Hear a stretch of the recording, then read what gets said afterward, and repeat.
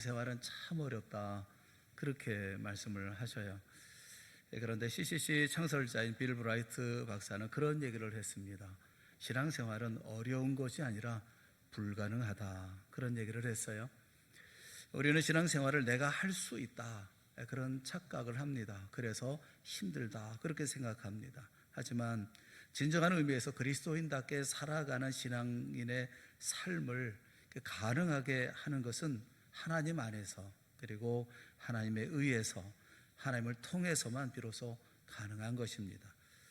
우리가 삶을 살면서 숱한 어려움에 부닥칠 때마다 어떻게 살아야 할 것인가, 그 방향을 제시해 주는 성경 말씀이 있죠. 우리가 잘 알고 있는 오늘 본문의 여호수아 6장에 있는 이 말씀이 우리가 살아야 할 신앙생활의 어떤 기준, 또 어떻게 살아야 할 것인지를 알려주시는 본이 되어집니다. 이스라엘 백성이 주님의 하나님의 명령을 따라서 여호수아의 인도로 여리고성을 매일 한 번씩, 그리고 마지막 7째 날에는 7바퀴를 돌았더니 그 여리고 성벽이 무너졌다라는, 우리에게는 매우 익숙한 그런 말씀입니다. 하지만 이스라엘 백성들의 입장, 당시의 입장에서 이 사건을 접근해 보면 그렇게 간단하지 않습니다. 당시 이스라엘 백성에게 있어서 여리고성에 도전한다고 하는 것은 사실상 불가능한 일이었습니다.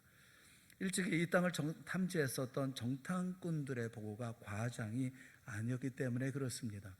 민수기 13장 28절 말씀에 보면, 그러나 그 땅 거주민은 강하고 성읍은 견고하고 심히 클 뿐 아니라 거기서 아낙 자손을 보았으며, 그들에게 여리고성이라고 하는 것은 도저히 도전할 수 없는 불가능한 일이었던 것입니다.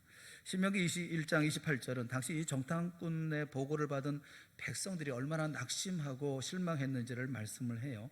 우리가 어디로 가랴? 우리의 형제들이 우리를 낙심하게 하여 말하기를 그 백성은 우리보다 장대하며 그 성읍들은 크고 성곽은 하늘에 닿았으며 우리가 또 거기서 아낙 자손을 보았노라 하는도다 하기로. 그리고 민수기 14장 1절 말씀에 보면, 그래서 온 회중이 소리를 높여 부르짖으며 백성이 밤새도록 통곡하였더라 라고 말씀을 합니다.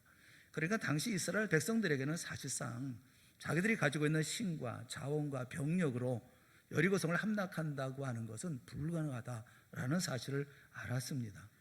그런데 여러분, 이 사건이 어떻게 끝납니까? 잘 아시는 것처럼 이스라엘 백성들이 그 성을 정복합니다.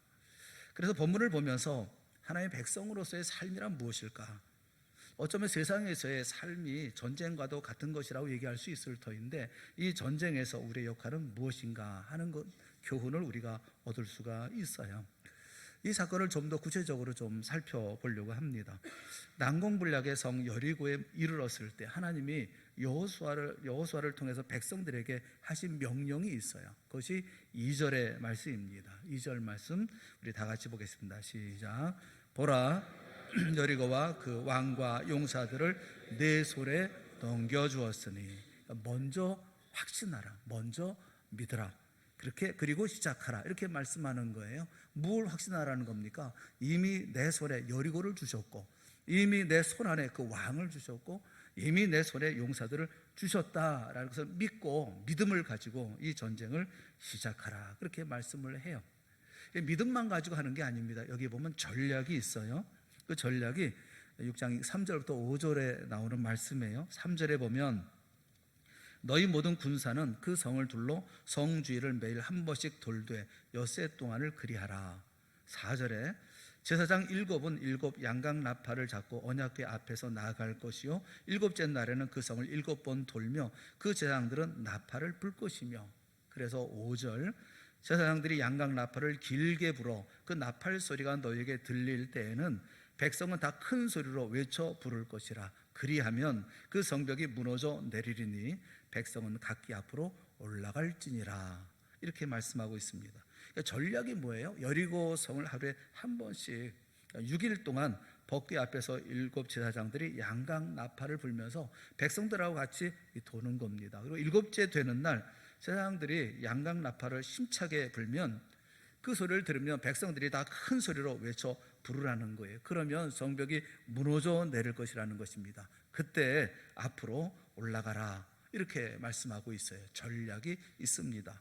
근데 우리가 여기서 주목해야 할 말씀이 있어요. 이 모든 것의 완성을 만들기 위해서 마지막에 하신 말씀이 있습니다. 그것은 5절에 각기라는 말씀이에요. 각기라는 말은 제각각, 그리고 여기 각기 앞으로 올라가라라는 이런 말씀에는 한 사람 한 사람을 이렇게 염두에 두고 하시는 말씀이거든요. 이 각기라는 말이 무슨 말일까? 이 원문을 찾아보니까 이쉬라고 얘기를 합니다. 이쉬라는 말은 남자예요. 남자. 근데 이게 남자인데 단수로 돼 있어요. 너는, 너 남자, 너는, 이렇게 말씀하고 있어요. 우리 생각에는 남성 복수를 써야 되지 않겠습니까? 이제 전쟁을 벌이고 있어요. 성이 무너졌습니다. 그러면 모든 백성들이 왁 하고 올라가야 되지 않겠어요? 올라갈지니라 라고 말씀하는데 각기라고 말씀하고 있어요. 백성 너희들 남자들 모두는 앞으로 올라갈지니라 라고 해야 되는데, 그런데 복수가 아니라 단수예요. 너는, 너 남자, 너는, 이렇게 말씀하고 있어요. 너희 한 사람 한 사람, 그 한 사람 한 사람은 앞으로 올라갈지니라, 그렇게 말씀합니다. 명령을 그렇게 하셨죠. 근데 이 명령을 실천하는 그 말씀이 20절에 있습니다. 20절에는 뭐라고 말씀하고 있을까요? 20절 말씀 우리 다 같이 한번 보겠습니다. 시작. 이에 백성은 외치고 나팔을 불매 백성이 나팔 소리를 들을 때에 크게 소리질러 외치니 성벽이 무너져 내린지라. 백성이 각기 앞으로 나아가 그 성에 들어가서 그 성을 점령하고. 누가 들어갔어요? 각기 들어갑니다. 각기. 사랑하는 여러분, 믿음도 있어요. 확신도 있어요. 약속이 있습니다. 또 전략도 있어요. 어떻게 하라는 전략도 있어요. 그런데 마지막 순간 이 모든 것을 완결시킬 수 있는 것은 뭐냐면 각기예요. 그러니까 한 사람 한 사람, 한 개인 그들이 주님의 명령에 순종할 때 그 믿음의 확신도, 전쟁의 승리를 위한 전략도 완성이 되는 거예요. 각기 앞으로 올라갈지니라 명령하시고 백성이 각기 앞으로 나가 그 성에 들어가서, 그래서 어떻게 했다는 겁니까? 그 성을 점령하고. 이제 해피데이 전도잔치가 이제 다음 주로 다가왔어요. 이제 남은 한 주간 동안 우리는 어떻게 해야 될까요? 이 모든 것을 진지하게 생각할 줄 아는 우리 모두가 되어질 수 있기를 바랍니다. 해피데이 전도잔치는 우리 모두의 확신 속에서 시작됐습니다. 약속 속에서 시작되고 전략 속에서 진행이 됐어요. 선물을 주고 어떻게 하고 기도하고 이런 모든 일들을 진행해 왔어요. 이 모든 일들은 다 이루어져 왔습니다. 그러나 해피데이 전도 잔치는 각기 한 개인 한 사람 한 사람이 그 명령에 순종해서 나아갈 때 마무리되고 완성되는 거예요. 이어령 교수님이 그 인터뷰를 했는데, 그 인터뷰를 인생 마지막 인터뷰, 그래서 참 관심이 가는 그런 기사가 어제 떴더라고요. 그래서 그 기사를 쭉 이렇게 훑어봤어요. 그분의 말씀을 들어봤습니다. 그분 크리스찬이잖아요. 많은 말씀을 하셨지만 그 중에 이런 말씀을 하셨어요. 어떤 말씀이냐 하면, 하나님은 생명을 평등하게 만드셨다. 하나님은 생명을 평등하게 만드셨다. 설명을 하시면서 능력과 환경이 같아서 평등한 것이 아니라 다 다르고 유일하다는 점에 있어서 평등하다, 그렇게 얘기를 했어요. 들어보니까 참 그 일리가 있어요. 그리고 인상이 깊더라고요. 그 말 맞는 말 아닙니까? 우리는 다 하나님의 세상을, 생명을 평등하게 만들었습니다. 능력과 환경에 있어서 평등한 게 아니고 다 다르다는 점에 있어서, 그리고 그 한 사람이 유일하다는 점에 있어서 우리는 모두는 평등하다. 참 생각 깊은 생각이다는 생각이 들어요. 우리는 다 다릅니다. 그리고 우리는 다 유일합니다. 그래서 우리는 평등합니다. 우리의 삶은 어떻습니까? 다 다릅니까? 나는 유일합니까? 그래서 진정 평등함을 누리고 있습니까? 해피데이 전도 잔치는 우리 모두의 잔치이기는 합니다. 그러나 동시에 그것은 나의 잔치이고 내 잔치인 거예요. 나를 위한, 내가 감당해야 할 나의 해피데이 잔치는 우리가 잊지 말아야 합니다. 각기 우리 한 사람 한 사람이 그 성을 향해서 앞으로 나아가 또 그 성에 들어가 점령해야 2019년 해피데이 전도잔치는 승리하고 완성된다고 하는 것을 우리는 꼭 알아야 된다는 거예요. 여러분, 한 사람의 잘못됨으로 말미암아서, 그래서 아이성의 실패가 있지 않습니까? 많은 사람들이 그로 말미암아 어려움을 당하고 심지어는 죽음을 당하지 않습니까? 아간이라는 한 사람의 순종하지 않음으로. 해피데이 전도잔치를 우리에게 하나님께서 허락하여 주셨고 이때까지 이끌어 오셨어요. 마지막 한 주간 우리는 모두가 다 순종을 해야 여기 열매를 맺을 수 있는 것이 아니겠어요? 이 각기라는 말은 굉장히 큰 의미가 있다는 생각이 들어요. 다른 말씀보다도 이것이 이 승패를 좌우할 수 있는 것이겠구나 하는 생각이 듭니다. 그래서 이 각기 한 사람 한 사람의 삶에 대해서, 그 모습에 대해서 우리가 신앙의 어떤 적용점을 좀 찾아봐야 되겠다는 생각이 들었어요. 두 가지를 생각하려고 합니다. 언제나 믿는 이들의 삶이 그래야 되겠지만 특별히 해피데이 전도잔치의 마지막 한 주간을 우리 어떤 마음으로 보내야 할 것인가, 두 가지만 좀 생각해 보려고 그래요. 하나는 단순하자라는 것이고요, 또 하나는 사명의 길을 가자라는 거예요. 한 가지 생각을 좀 해보죠. 삶을 단순하게 디자인하라라는 것입니다. 여러분, 제사장의 나팔 소리를 들으면 어떻게 해야 합니까? 다른 생각할 거 없죠. 다른 고민할 것 없죠. 말씀하신 대로 해야 되는 거 아니겠어요? 명령하신 대로 나팔 소리가 들리면 크게 소리를 질러 외쳐야죠. 외치고 난 후에 어떻게 됩니까? 각기 모든 사람들이 자기 앞에 있는 그 성을 향해서 성이 무너진 성을 향해서 나아가서 성에 들어가야죠. 하나님의 약속이 있어요. 주신 전략이 있어요. 거기 무슨 다른 무엇이 필요합니까? 성을 돌 때도 한 번 돌고 성은 무너지지 않았습니다. 이틀째도 성은 무너지지 않았어요. 사흘째 성이 무너졌습니까? 매일 한 번씩 마지막 날 7번 해서 모두가 13번 다 돈 후에, 그리고야 성은 무너졌습니다. 온전한 순종 이후에 역사는 이루어진 것이죠. 그래서 이 본문을 가지고 어떤 신학자는 그런 얘기를 했어요. 한 번의 순종이 상황을 바꾸지 않을 수 있다. 그러나 온전한 순종은 반드시 상황을 바꾼다. 그렇게 평을 했었어요. 그 작가 가운데 이은대 씨는 그 칼럼을 썼습니다. 칼럼에 뭐라고 썼느냐면, 세상은 우리의 생각보다 훨씬 단순하다. 다만, 세상은 단순하다는 거예요. 다만 단순한 세상을 바라보는 우리의 생각이 복잡하기 때문에 자주 고민에 빠지고 걱정과 근심 속에 살아가고 있다. 그렇게 풀었어요. 상당히 의미가 있다는 생각이 들어요. 성경에 같은 말씀이 있거든요. 디모데전서 6장 7절부터 9절에 있는 말씀을 보면 이렇게 말씀합니다. 우리가 세상에 아무것도 가지고 온 것이 없음에 또한 아무것도 가져가지 못하리니. 그렇잖아요. 가져온 거 있어요? 가져갑니까? 그래서 오늘 우리가 먹을 것과 입을 것이 있은즉 족한 줄로 알 것이니라. 그렇게 말씀을 해요. 우리 먹을 것 다 있잖아요. 오늘 아침에 혹시 식사 못하고 안 드시고 오신 분 계시겠지만 그거 안 드신 거지 못 드신 건 아니잖아요. 없어서 못 드시거나 그런 건 아니잖아요. 그럼 족한 줄로 알라는 거예요. 그런데 그 다음에 어떤 말씀이 있습니까? 부하려 하는 자들은, 족한 줄로 알아야 되는데 부하려 하는 자들은 시험과 올무와 여러 가지 어리석고 해로운 욕심에 떨어지나니.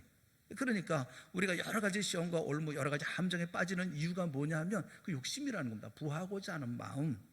그래서 이런 일이 벌어지게 된다는 거예요. 그래서 곧 사람으로 파멸과 멸망에 빠지게 하는 것이라. 그렇게 말씀하고 있어요.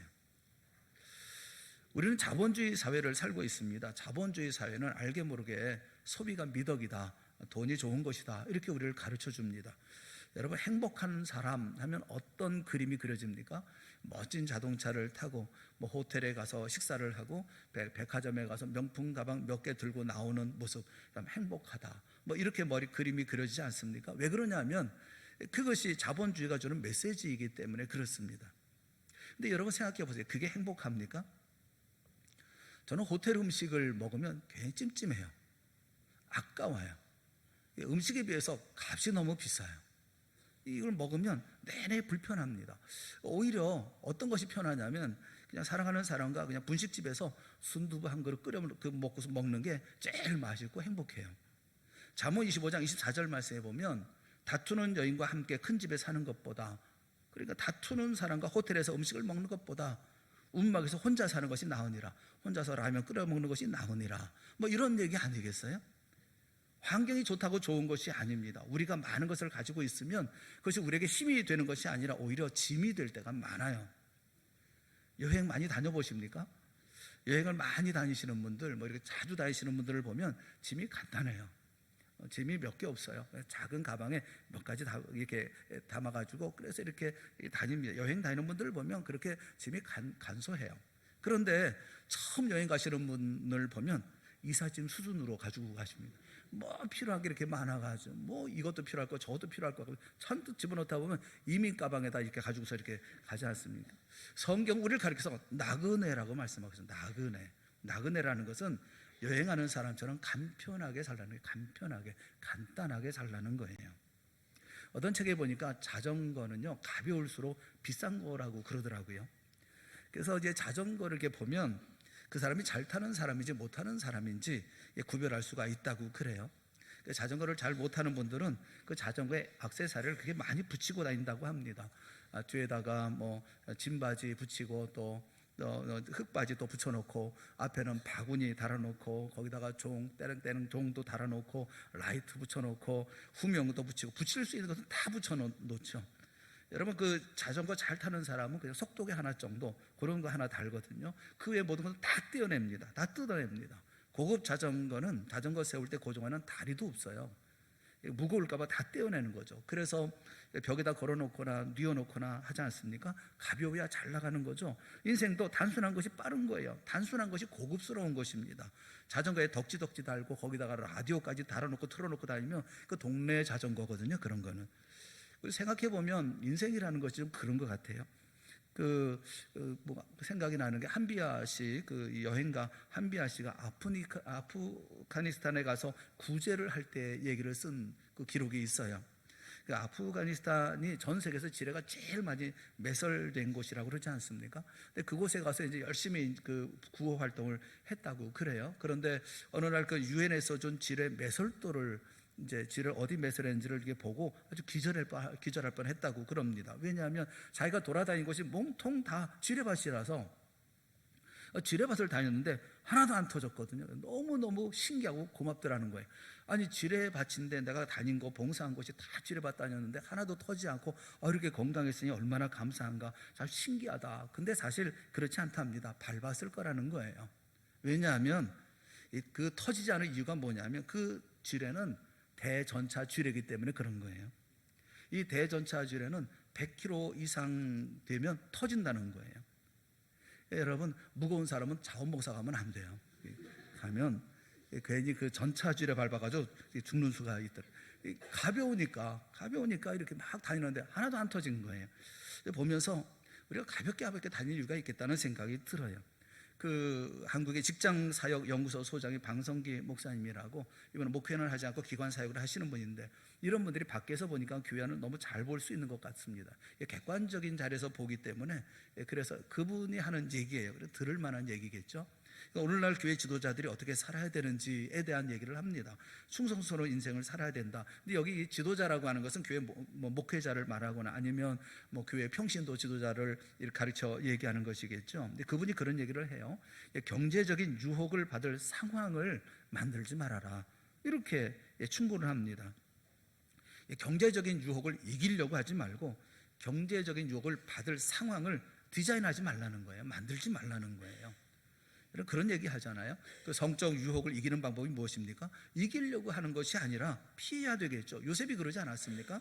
보디발의 아내가 자꾸 유혹하니까 그 자리에 피해버리잖아요. 피하는 것이 제일 좋은 거예요. 상황을 만들지 말아야죠. 마찬가지로 경제적인 유혹도 마찬가지라는 겁니다. 피하려고 하지 말고 오히려 이기려고 하지 말고 피하는 것이 제일 좋다는 거예요. 그러면서 목사님들이 유혹받을 만한 상황을 자꾸 만든다는 것입니다.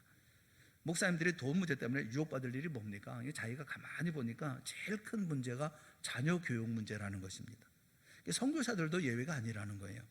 선교사도 다 학부형 아닙니까? 선교사들이 다 버리고 헌신한 분이죠. 그런데 자식 문제로 돌아서는 순간 학부형이 되어져 버린다는 것입니다. 저렇게 뜨겁고 저렇게 헌신하고 저렇게 예수님을 사랑하는 분이 왜 싱가포르에만 있느냐는 거예요. 왜 저렇게 헌신하는 분이 아프리카에 가면 나이로비에만 사느냐는 겁니다. 요하네스버그에만 왜 사느냐는 거예요. 그런데 마지막에는 다 결국 로스앤젤레스에서 만나게 되는 이유가 뭐냐는 겁니다. 선교사라고 하는데 10년이 지나면 다 LA에 가 있다는 것입니다. 이유는 다른 거 없어요. 자녀 교육 문제 때문에 그런 거죠. 미국에 좋은 학교를 보내려고 하면 그것도 공립이 아닌 사립을 보내려고 하면 1년에 2, 3만 불의 학비가 들어갑니다. 선교사가 무슨 돈이 있습니까? 그러니까 편법을 쓰는 거죠. 거짓말하는 거죠. 사역한다고 돈 받아서 엉뚱한 데 써버리고 나빠서 나쁜 게 아니라는 거예요. 삶을 그렇게 디자인하니까 다른 길이 없다는 거예요.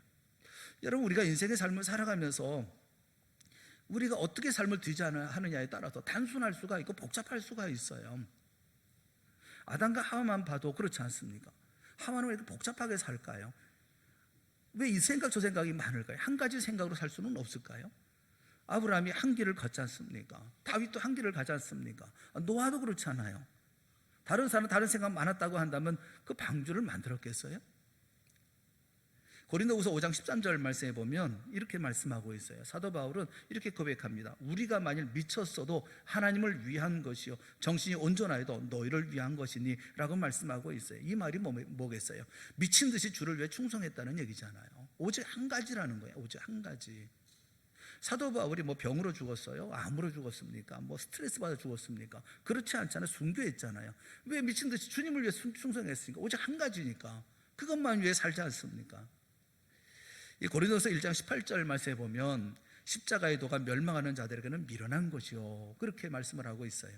십자가의 도가 이 세상 사람들이 볼 때에는 미련한 것이라는 거예요. 미련하게 보인다는 거예요.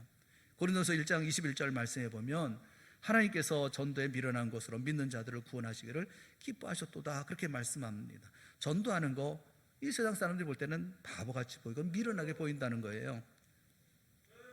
네, 좀 보시고 좀 나가주세요. 네. 예, 나중에 질문은 나중에 받을게요. 네, 좀 보시고 나가시고.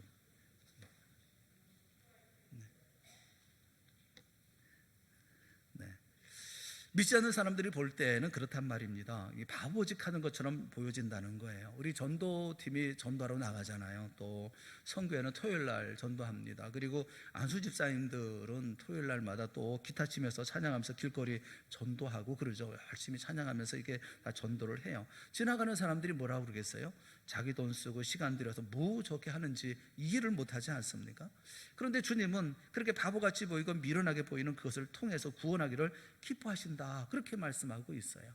사랑하는 여러분, 단순하게 주의 말씀에 순종하며 살아가는 여러분 모두가 되어질 수 있기를 주님의 이름으로 축원합니다. 세상에 대해서 미련하게 보인다 할지라도 바보같이 보인다 할지라도 그 길로 걸어가는 이게 단순함이 가지고 있는 능력이거든요. 하나에 집중할 수 있는 능력이거든요. 그리고 다른 모든 걱정들이 사라지고 그리고 그 가운데 집중하며 주의 역사에 이루어 나갈 수 있는 힘이 생기거든요. 이번 한 주간은 다른 생각하지 말고 전도하는 일에 집중했으면 좋겠어요. 각기 한 사람 한 사람 모두 나를 위해서 내가 모든 다른 고민들을 내려놓고 전도하는 일에 이 해피데이 전도 이 잔치 일에 집중해서 나팔 소리가 울렸으니까 이제 소리 지르고 외치고 또 앞으로 나아가서 그래서 그 성으로 들어가 그 성을 점령할 줄 아는 우리 모두가 되어질 수 있기를 바랍니다. 우리 그 구호 있잖아요. 구호 한번 재창 했으면 좋겠어요. 분위기를 바꾸기 위해서 한번 구호 재창. 우리 구호 준비. 전도 할 수 있다. 하면 된다. 하자. 할렐루야. 할 수 있다. 하면 된다. 하자. 백날 한번 보래. 해야지. 단순한 거예요. 우리 전도는 단순한 거예요. 사랑하는 여러분, 신앙생활은 단순한 거예요. 사랑도 단순한 거예요. 주님을 위한 사역도 단순한 거예요. 이렇게 할 수 있다. 하면 된다. 하자. 단순하지만 간단하지만 이렇게 주 앞에 나아갈 때 각기 한 사람 한 사람 이 모든 일을 감당해 나아갈 때 성이 무너지고 함락되는 제 놀라운 역사가 우리 앞에 임하게 되어질 줄로 믿습니다. 이 역사를 경험하는 여러분 모두가 되어질 수 있기를 주님의 이름으로 축원합니다. 또 한 가지는 사명에 대한 건이에요. 내게 주어진 사명의 길을 가라는 거예요. 백성들이 나팔 소리를 들을 때 크게 소리를 질러 외칩니다. 그러자 성벽이 무너져 내립니다. 그 다음에 어떤 일을 합니까? 20절 말씀에 보면 각기 앞으로 나아가 그 성에 들어가서 그 성을 점령하고 그 다음에 21절 말씀 다 같이 봅시다. 시작. 그 성 안에 있는 모든 것을 온전히 바치되 남녀노소와 소와 양과 나귀를 칼날로 멸하니라. 여기 동사가 있어요. 이 각기 해야 할 일이 뭐냐면 들어가서 점령하고 바치고 멸하고 모든 백성에게 명한 게 아니에요. 그 한 사람에게 명한 거예요. 그 한 사람이 들어가서 점령하고 바치고 멸하는 그 일들을 하는 거예요. 이 모든 일을 할 때 이 큰 일이지만 그러나 각기 개개인이 할 일이 따로 있는 거예요. 이중 성벽으로 이루어진 큰 성읍을 점령할 때 그 성읍을 점령하는 게 모든 사람이 똑같은 일을 합니까? 각기 자기에게 주어진 일이 있지 않겠어요? 상황이 있지 않겠어요? 그 가운데 그 사명을 이루어 나가는 거죠. 내게 주어진 사명이 있는 것이죠. 어떤 사람은 라합에게로 가는 것이고 그들을 보호하기 위해서 가는 것이고, 어떤 사람은 또 가서 소나 양을 죽이기 위해서 가는 사람도 있을 것이고, 어떤 사람은 그 모든 걸 모아가지고 불사르는 사람도 있을 것이고, 이런 모든 자기의 주어진 사역이 다 다르잖아요. 각기 주어진 사명이 있어요. 사도행전 12장에 보면 야고보와 베드로에 대한 말씀이 있습니다. 1절 2절에 보면 그때 헤로드 왕이 손을 들어 교회 중에서 몇 사람을 해하려 하여 요한의 형제 야고보를 칼로 죽이니, 이 야고보를 감옥에 집어넣고 이 야고보를 죽인 거예요. 예수님이 베드로, 요한, 야고보만 데리고 다니시지 않았습니까? 그 야고보를 죽였어요. 최초의 순교자를 야고보라고 얘기합니다. 그런데 똑같은 12장에 보면 베드로도 감옥에 갇혔는데 죽어야 하는데 그렇지 않습니다. 사도행전 12장 7절 우리 한번 같이 보겠습니다. 시작.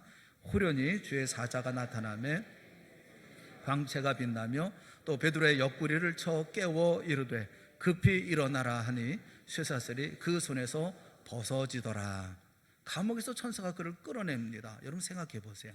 자, 그러면 베드로가 하나님의 사랑을 더 많이 받은 사람입니까?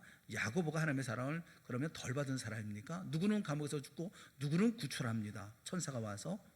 누가 더 나은 겁니까? 누가 더 사랑받는 겁니까? 그렇지 않아요.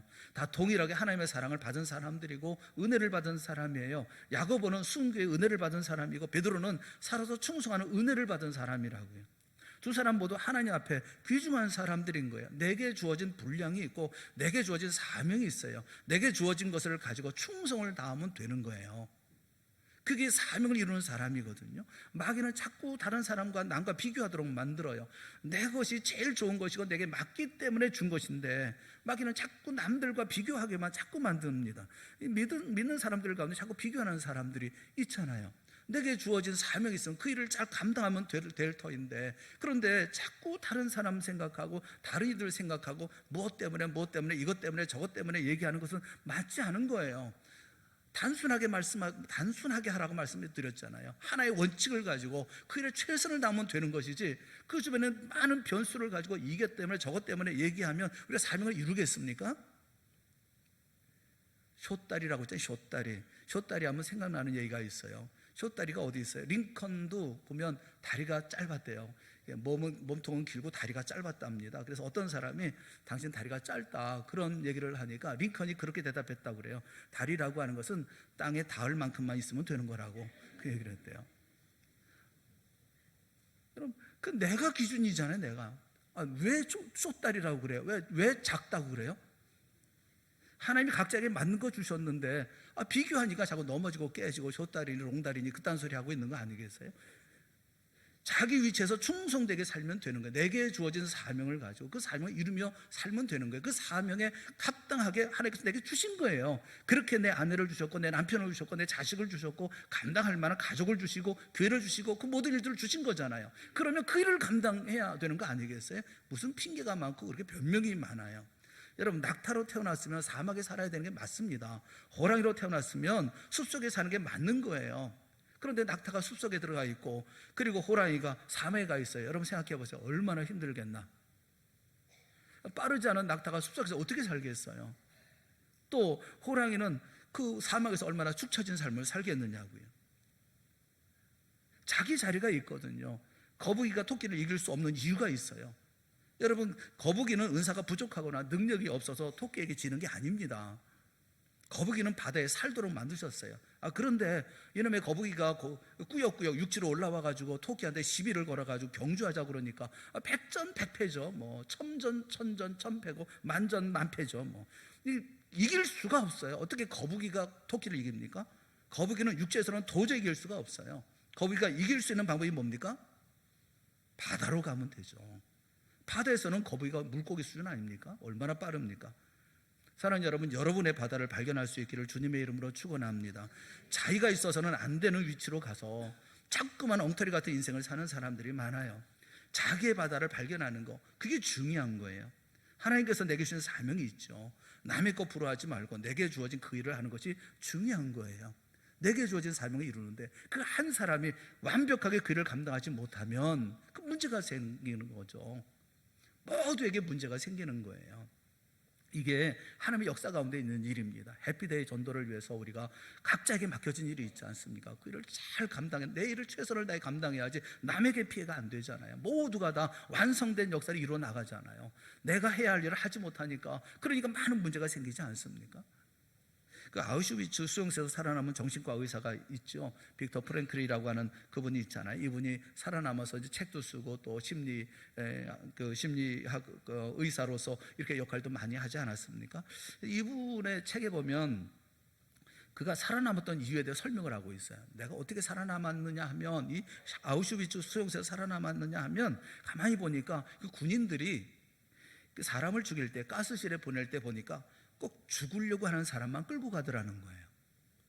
얼굴을 볼 때 자포자기하고 다 포기한 사람, 이런 사람만 끌고 가더라는 겁니다. 그래서 이 사람이 어떻게 했느냐 하면 항상 면도를 했대요. 면도기나 칼이 없으면 병을 깨서라도 말끔하고 깨끗하게 면도를 하고 살았답니다. 그냥 안 끌고 가더래요. 또 길을 걸을 때도 힘차게 걸었답니다. 힘차게. 그냥 흐느적 그냥 죽을 것처럼 걷는 게 아니고, 다 포기한 사람처럼 걷는 게 아니라 힘차게 걸으면 차마 죽일 수가 없더라는 거예요. 자기를 끌고 가지 않더라는 거예요. 그렇게 살았다는 거예요. 여러분, 우리가 주님의 일을 감당할 때 그렇게 감당해야 되지 않겠어요? 힘을 다해 감당해야 되지 않겠어요? 씩씩하게 감당해야 되지 않겠어요? 조지 히필드의 말처럼 우리의 인생을 녹슬어서 없어지는 인생이 아니라 닳아서 없어지게 만드는 인생을 살아가는 거룩한 인생들 살아갈 수 있기를 주님의 이름으로 축원합니다. 충성스럽게 살면 단순하게 사는 거예요. 그리고 주어진 사명의 길을 충성스럽게 열심히 살아가는 거예요. 그럴 때 풍성한 열매가 맺혀지는 겁니다. 30배, 6배, 100배의 결실이 맺혀지는 거 아니겠습니까? 해피데이가 이제 한 주간 남았어요. 이제 남은 한 주간 동안 각기 앞으로 나아가는 우리 모두가 되어질 수 있기를 주님의 이름으로 축원합니다. 우리 한 사람 한 사람 모두가 다 내게 주어진 사명들을 끝까지 감당하고, 기도할 사람 기도하고, 전도할 사람 전도하고, 우리가 행해야 할 모든 일들 힘을 다해 감당해 나아갈 때 주께서 놀라운 영광의 역사를 우리 해피데이 전도잔치 날 놀라운 은혜로 베풀어 갚아주실 줄로 믿습니다. 이런 역사를 바라보고 한 주간 힘을 다해 함께 동행해 나가고 또 주 역사를 만들어가는 우리 모두가 다 되어질 수 있기를 주님의 이름으로 축원합니다. 기도하겠습니다. 사랑의 하나님 아버지, 우리 사랑하는 성도들을 기억하여 주시옵시고 은혜 베풀어 주시옵시고, 2달간 동안 해피데이 전도를 위해서 힘을 다해 감당합니다. 진행위원들과 그리고 모든 성도들이 한마음이 되어 기도하고 금식하고 또 애써 찾아가서 말씀을 전하고 또 선물을 나누며, 그리고 다음 주 다 함께 모여서 주 앞에서 회심되어지고 변화되어지고 주 앞에 새로운 생명의 삶을 살아갈 수 있기를 소망하며 이 일을 이루어왔습니다. 남은 한 주간 힘다해 감당해 나가는 우리 모두가 되게 하여 주시옵시고, 여리고성을 향해 달려갔었던 그 한 사람 한 사람 이스라엘 백성들, 그 군사들처럼 힘을 다해 한 주간 주의 역사를 이루어 나가는 저희 모두가 다 되게 하여 주시옵소서. 마침내 영광스러운 그 승리와 그리고 영광스러운 정복의 놀라운 역사가 일어나게 하여 주시옵시고, 그리고 많은 생명의 놀라운 이 회심의 역사가, 그리고 수많은 사람들이 돌아온 역사가 이루어질 수 있도록 은혜 베풀어 주시옵소서. 예수님의 이름으로 기도드리옵나이다. 아멘. 우리 다 같이 자리에서 일어나셔서 우리 350